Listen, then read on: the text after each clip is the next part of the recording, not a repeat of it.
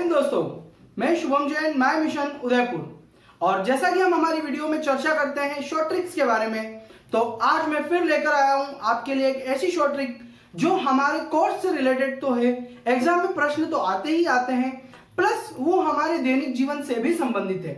कौन सी short trick है? आज मैं आपके लिए लेकर आया हूं भारतीय संस्कृति में जो हमारे कुल 16 संस्कार होते हैं, या हम ऐसा कहें कि हमारी जो संस्कृति है वो वैदिक संस्कारों से या वैदिक सभ्यता से ली गई है। तो उन वैदिक सभ्यता या वैदिक संस्कृति में जिन 16 संस्कारों के बारे में उल्लेख किया गया है, उन्हीं 16 संस्कारों को याद करने की, सिक्वेंटली याद करने की एक बहुत अच्छी शॉर्ट ट्रिक हमने बनाई है। तो देखिए कौन सी वो शॉर्ट ट्रिक। इस शॉर्ट ट्रिक को पढ़ते ही आप 16 संस्कारों को वन बाय वन सिक्वेंटली याद कर पाएंगे, और ये मेरा वादा है कि आप इसे कभी भी नहीं भूलेंगे। एग्जाम में चाहे जो प्रश्न आ जाए 16 संस्कारों से रिलेटेड, इससे बाहर तो कुछ भी नहीं आएगा। तो देखिए हम पढ़ते हैं 16 संस्कारों की ट्रिक को। यहां मैं एक बार आपको बता देता हूं और उसके बाद फिर इसको एक्सप्लेन कर दूंगा। जीपीएस से जाना नाक कवि है, यज्ञ वेद केस से होते हैं, और विवाह अंत्येष्टि है। आपको क्या याद करना है? सिर्फ इतना ही तो याद करना है कि जीपीएस जानते हैं ना हम। जीपीएस तो वैसे होता है ग्लोबल पोजिशनिंग सिस्टम। तो बस वैसे ही छोटी छोटी चीजों को आपको कनेक्ट करके याद करना है कि हमने जीपीएस से जाना है, क्या जाना है कि नाक कवि है, और यज्ञ वेद जो है वो केस से होते हैं, बिना केस के यज्ञ वेद नहीं किए जा सकते। तो यज्ञ वेद केस से होते हैं, और विवाह अंत्येष्टि है, मतलब विवाह के बाद कुछ भी नहीं बचता, विवाह के बाद एक ही संस्कार होता है, अंतिम संस्कार। तो इस प्रकार से कुल 16 संस्कारों को आप इस ट्रिक में याद कर पाएंगे।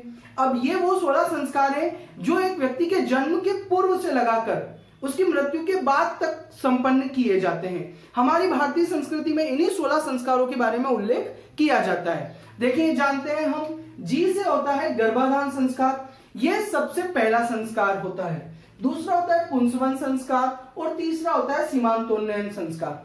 अब मैं इन तीन पर क्यों रुक रहा हूं? ये वो तीन संस्कार हैं जो एक व्यक्ति के जन्म के पूर्व होते हैं। ध्यान रखिएगा, ये वो तीन संस्कार है जो व्यक्ति के जन्म के पूर्व किए जाने वाले संस्कार हैं। गर्भाधान सबसे पहला संस्कार होता है। पुंसवन संस्कार, इसमें गर्भस्थ शिशु को बालक का रूप दिया जाता है, तो वो संस्कार तब किया जाता है। तीसरा जो सीमांतोन्नयन संस्कार है, वो स्त्री को या जो गर्भवती महिला होती है उसे अमंगलकारी शक्तियों से बचाने के लिए संपन्न करवाया जाता था। अब जैसे बालक का जन्म होता है, व्यक्ति का जन्म होता है, तो जन्म के साथ ही उसकी जाति का निर्धारण हो जाता है। तो चौथा संस्कार जो है वो जात कर्म संस्कार होता है। फिर देखिए पांचवा संस्कार नामकरण संस्कार होता है। बालक को अपनी बुआ के द्वारा एक नाम सजेस्ट किया जाता है, नाम बताया जाता है, और वो उसका नाम आगे चलता है, तो वो होता है नामकरण संस्कार। इसके बाद आता है एन से निष्क्रमण संस्कार। याद रखिएगा, निष्क्रमण संस्कार वो संस्कार है जिसमें बालक को पहली बार सूर्य या चंद्र दर्शन के लिए घर से बाहर ले जाया जाता है। याद रखिएगा, एग्जाम में कई बार प्रश्न आते हैं कि ऐसा वो कौन सा संस्कार है जिसमें बालक को पहली बार घर से बाहर ले जाया जाता है या सूर्य या चंद्र दर्शन करवाए जाते हैं, तो वो निष्क्रमण संस्कार में किया जाता है। इसके बाद अन्नप्राशन संस्कार। अब ये जो संस्कार है अन्नप्राशन संस्कार, बालक को छठे महीने में पहली बार माता का दूध छोड़कर और अन्न खिलाया जाता है।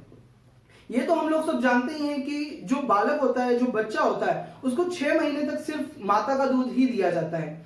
एक प्रश्न यहाँ पर साइंस से रिलेटेड भी बनता है कि माता का जो पहला पीला गाढ़ा दूध होता है उसे क्या कहा जाता है? याद रखिएगा, माता का जो पीला गाढ़ा दूध होता है उसे कोलेस्ट्रम कहा जाता है।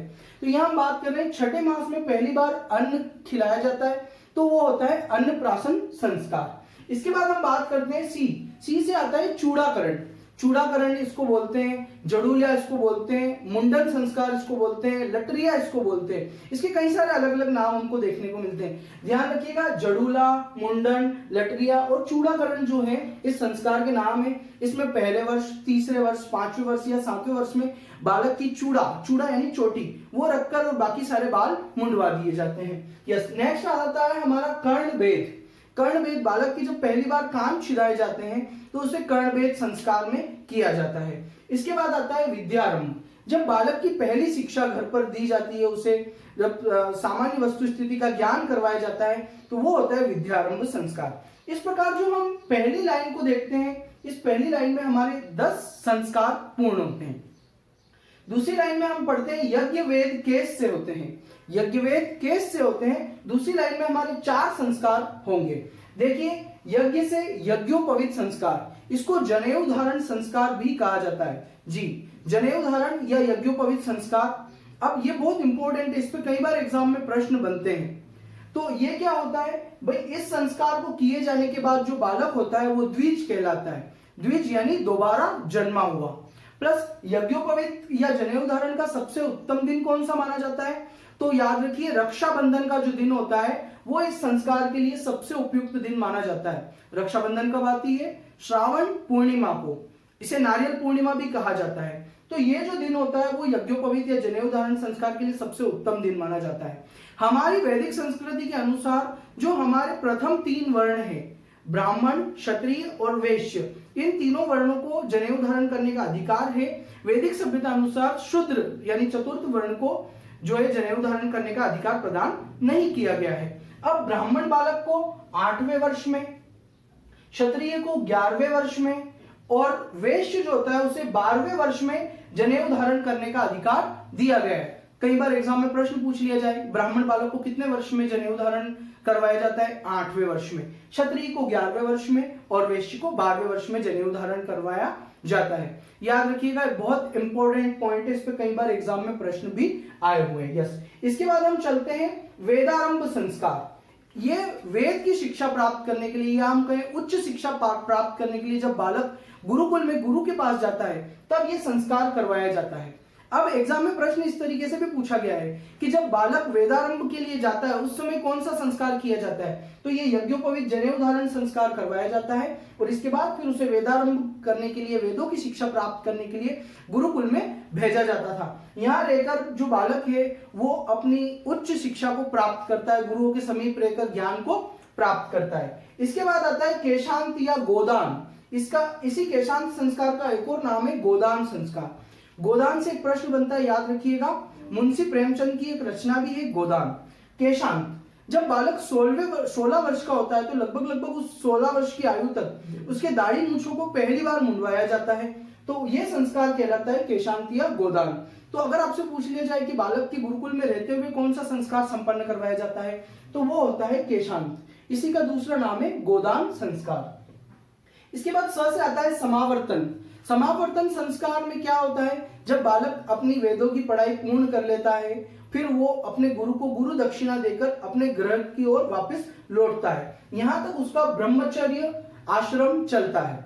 तो ये समावर्तन जो संस्कार है इसमें बालक गुरु को दक्षिणा देकर अपने घर लौटता है और इसके बाद जो बालक है वो स्नातक के नाम से जाना जाता है। याद रखिएगा, बहुत इंपॉर्टेंट है, बालक स्नातक के नाम से जाना जाता है। इस प्रकार हमारे 14 संस्कार यहाँ तक कंप्लीट होते हैं। इसके बाद उसका विवाह करवा दिया जाता है, तो 15वां संस्कार जो है वो विवाह संस्कार के नाम से जाना जाता है।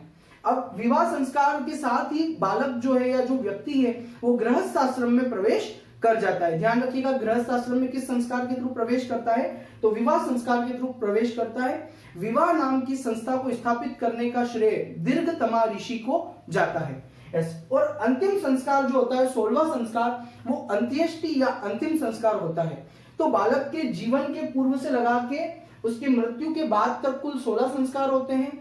उसके जीवन से लगा के उसकी मृत्यु तक कुल 12 संस्कार होते हैं। उसके जीवन से लगा के उसकी मृत्यु के बाद तक 13 संस्कार होते हैं। तो इस प्रकार आप अगर इस ट्रिक को पढ़ेंगे तो शायद ये वाला चैप्टर आपको फिर से पढ़ना नहीं पड़ेगा। मैंने सारी डिटेल्स जो है वो आपको एक ही वीडियो में प्रोवाइड करवा दी है। धन्यवाद, जय हिंद।